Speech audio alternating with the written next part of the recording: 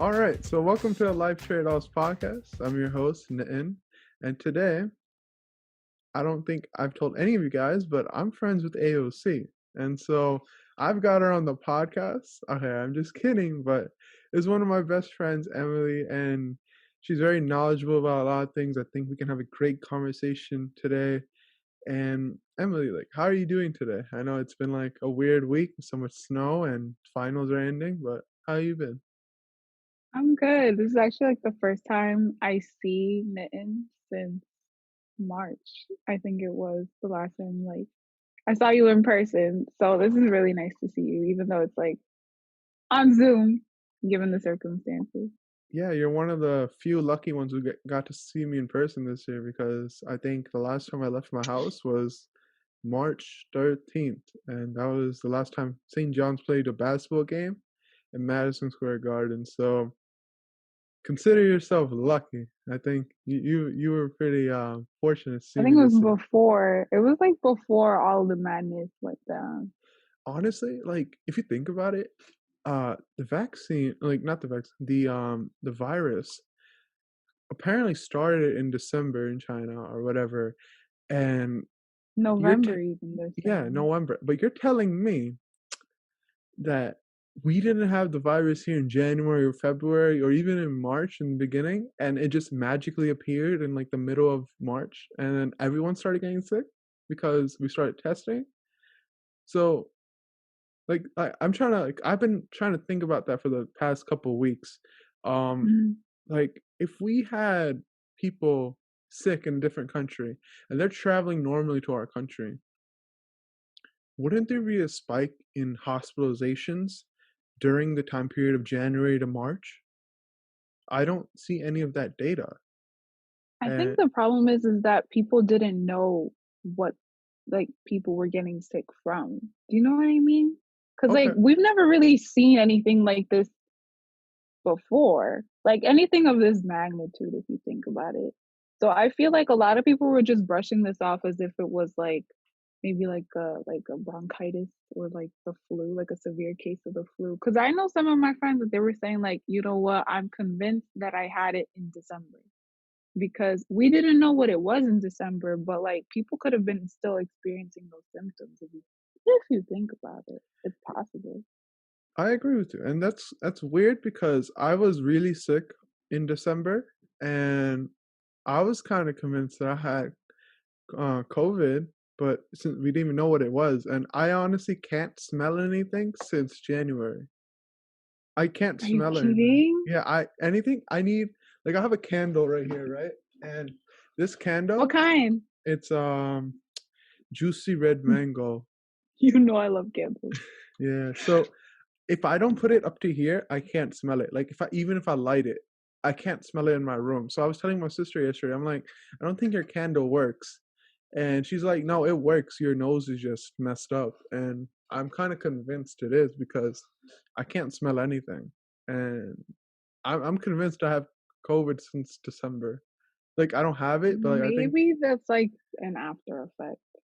mm, Because some people like they still have like lingering um like problems after they have COVID. Like some people get like severe like paralysis.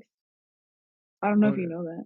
Yeah, I think it was from the virus and from the vaccine. And people, I think like four people already got paralysis, partial paralysis from the vaccine. Bell's And palsy. yeah. Yeah. So what do you think about like the vaccine? Are you gonna take it or like you're gonna wait it out? Like I know you told me already initially, but like what do you have your thoughts changed since then? I'm still like nervous about it. Cause like the whole thing that you were talking about, like the paralysis, like the Bell's palsy, like crazy enough, I had that in like high school. And because I was so young, I think like that's why like I was able to recover from it and it wasn't very severe. But like I'm just thinking like imagine those people who have the the severe Bell's palsy. It looks really bad. I hate to say it. Could you But like describe I'm it? like Bell's palsy, it comes from like a viral infection basically where part of your face is literally like stuck. So for me, I think it was my right side of my face. No, the left side of my face. The left side of my face wasn't like moving, basically. Like if I smiled, you could only see it on the right side. You couldn't see it on the left side. So like I don't know if you've seen the pictures of some of the people who have like the paralysis, but it's very prominent, you know? Like I don't know if they can reverse it. I honestly hope that they can. Like, like through like physical therapy and stuff, that they can get mobility back in their face, but it's actually really scary. I 10 out of 10 don't recommend it for anybody. So yours was like very like I would say like partial. And so how did you And like mild. yeah, how would you fix like how did you end up like reversing like fixing yours? So obviously you have to go to the doctor the minute you notice this. For me, I was prescribed like steroids to get my body back into motion, like to fight off whatever the rest of the viral infection. And then basically once the viral infection was gone, like movement came back to my face and now I can smile like normally. Yeah, like you can't even tell that you ever had it. And like I guess that's the beauty of like science and medicine when it's like thoroughly 100%. researched, right? Yeah. And so that's I think that's the issue here. And I'm glad you're uh 100% now, but people that are taking the vaccine, a lot of them are getting sick. And so the problem here is people are scared because you develop a medicine or a potential solution to something within less than a year. And Mhm. people are hesitant in taking it because first they had a virus that made them not leave the house. And then you're saying that you want to inject, well, there's a lot of misinformation, but a lot of people assume that you're just injecting the virus within you, which is apparently not the It's not case correct, because right? it's the what you're doing basically is taking you're reprogramming parts of your DNA using the mRNA and you're developing spike proteins um, that make you resistant to the virus. And so it helps you if there is a virus that enters your body, you can still get sick, but to a lesser extent.